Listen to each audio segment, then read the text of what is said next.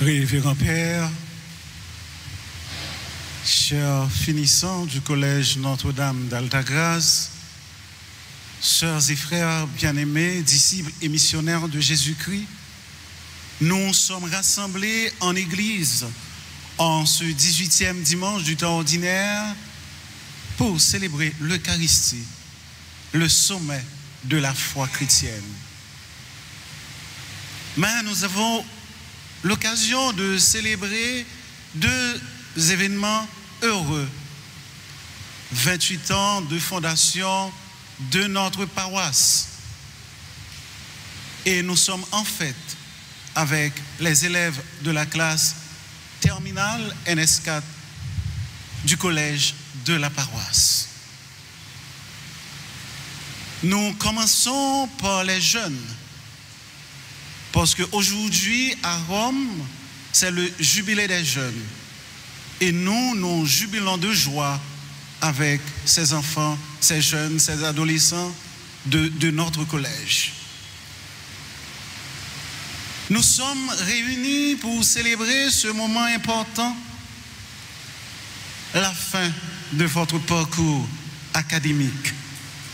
Une étape charnière qui marque la fin d'un cycle scolaire et le commencement d'un nouveau voyage dans votre vie. Ce moment est à la fois joyeux et poignant. Vous êtes comme des oiseaux sur le point de quitter le nid, mêlant d'excitation et appréciation, aussi appréhension. Vous vous appelez Phénix, j'ai bien dit, c'est ça? Parce que hier, j'ai posé la question, j'avais des doutes, Phénix ou Phénix. Ben, on m'a dit c'est Phénix. Je crois que ce nom n'a pas été choisi par hasard. Vous le savez mieux que moi, dans la mythologie grecque, le phénix est cet oiseau fabuleux qui, après avoir traversé l'épreuve du feu, renaît de ses cendres, plus lumineux et plus fort qu'auparavant. Ces années passées au collège Notre-Dame d'Altagrace, je suis sûr, n'ont pas été toujours faciles. Il y a eu des efforts, des doutes, des défis à relever comme autant de flammes à traverser. Spécialement dans notre pays, notre cher Haïti. Vous avez connu beaucoup de difficultés dans ce pays en lambeaux. Vous avez traversé les flammes, je dis de manière allégorique, mais je suis sûr que vous avez traversé des pneus enflammés sur la route de l'école. Mais aujourd'hui, chers jeunes, vous voici transformés. Vous avez grandi en savoir, en maturité et peut-être en sagesse. Comme le phénix, vous vous apprêtez à prendre un nouvel envol. Il est temps de voler vers de nouveaux horizons. Comme votre nom, comme cet oiseau, vous ne devez pas craindre le feu, car le phénix sait qu'il en sortira renouvelé. De même, l'avenir qui s'ouvre à vous est une terre inconnue. Mais Dieu y est déjà présent. Portez en vous cette certitude. Quelle que soit la voie que vous emprunterez, le Seigneur vous accompagne. Le Seigneur est avec vous. Mes chers jeunes, je vous conseille, comme dit Saint Paul dans la deuxième lecture, de chercher les choses d'en haut. Ce qui demeure, ce sont les choses d'en haut. Vous êtes dans une société, il y a un sociologue polonais, Zygmunt Bauman, qui développe toute une théorie sur la liquidité. Il parle de la société liquide, l'amour liquide, l'enfant de la société liquide. Dans cette théorie, il développe qu'aujourd'hui, spécialement les jeunes, ne cherchent pas à construire quelque chose qui dure, quelque chose qui demeure. C'est une société où tout est éphémère.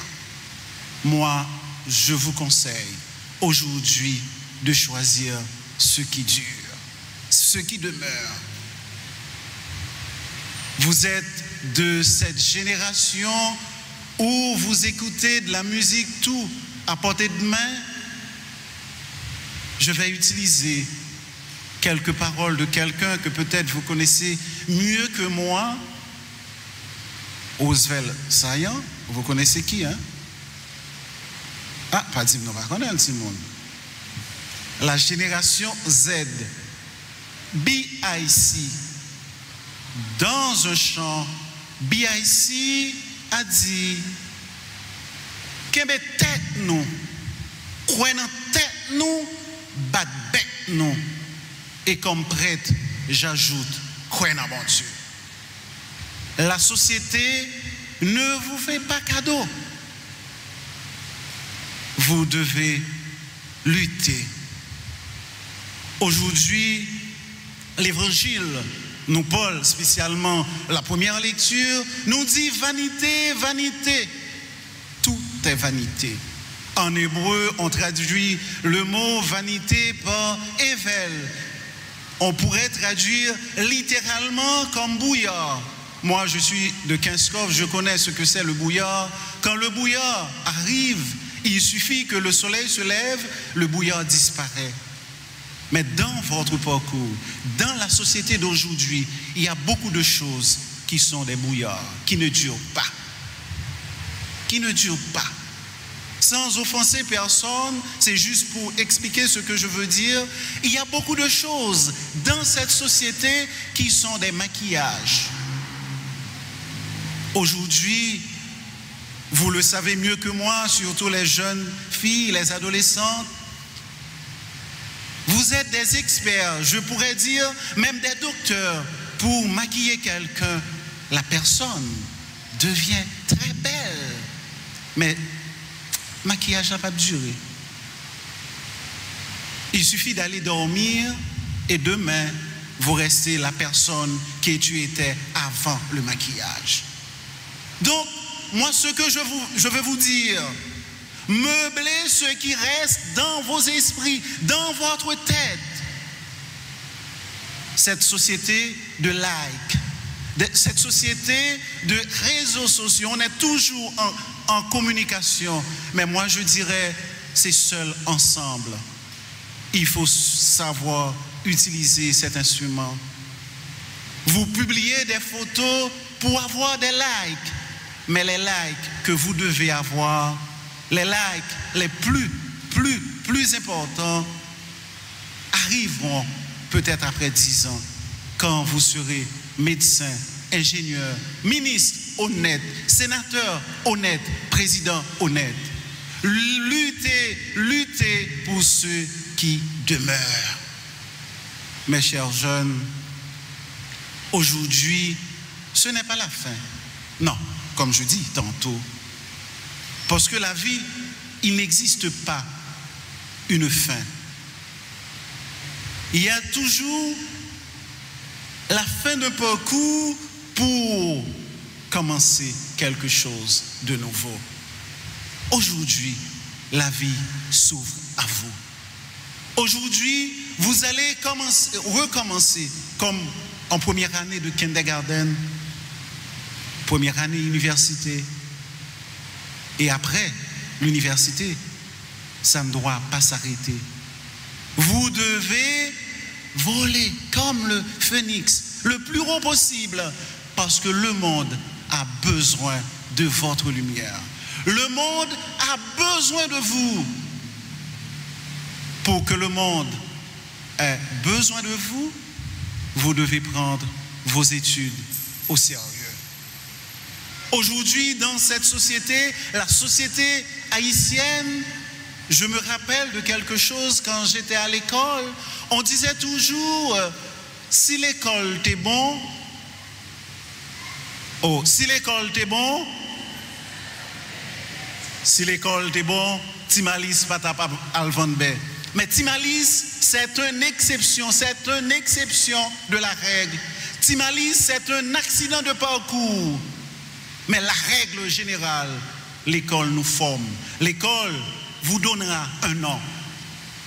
Pour terminer avec vous, vous avez chacun une signature. Je dirais n'importe quel nom. Mélissa Jean-Pierre.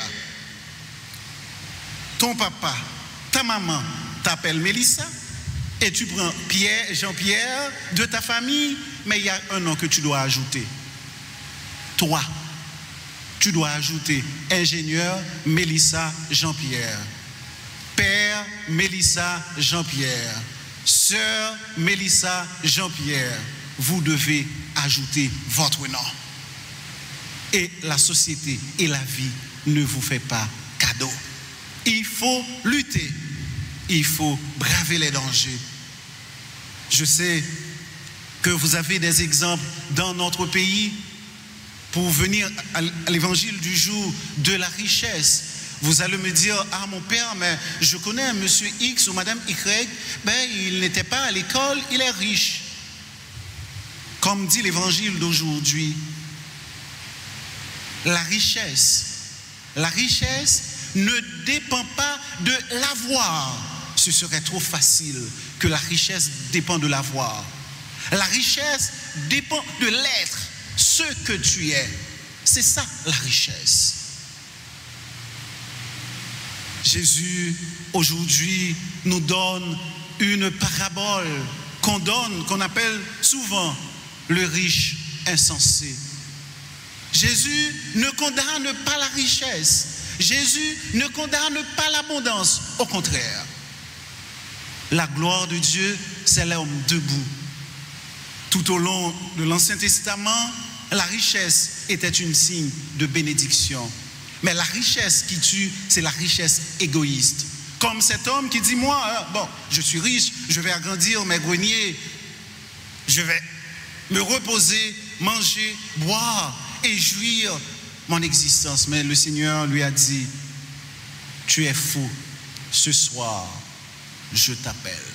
Ce soir, c'est fini. Il part sans rien. Il part la main vide. Voilà pourquoi nous, disciples et missionnaires de Jésus-Christ, nous devons chercher la richesse qui dure. La richesse qui dure, c'est la première chose, c'est la foi, c'est la prière. Je parlais de la richesse comme l'être. Nous pouvons prendre des exemples.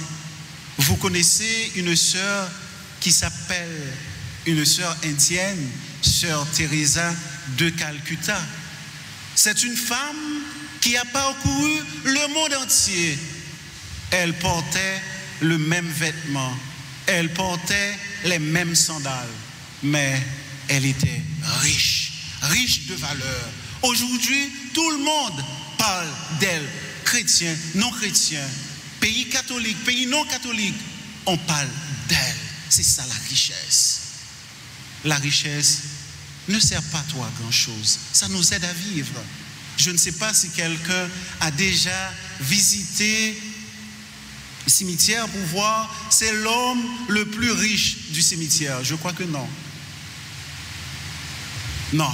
Mais aujourd'hui, on peut se recueillir sur la tombe de Sœur Calcutta pour dire c'était une grande femme. Mes chers jeunes, je peux vous donner d'autres exemples.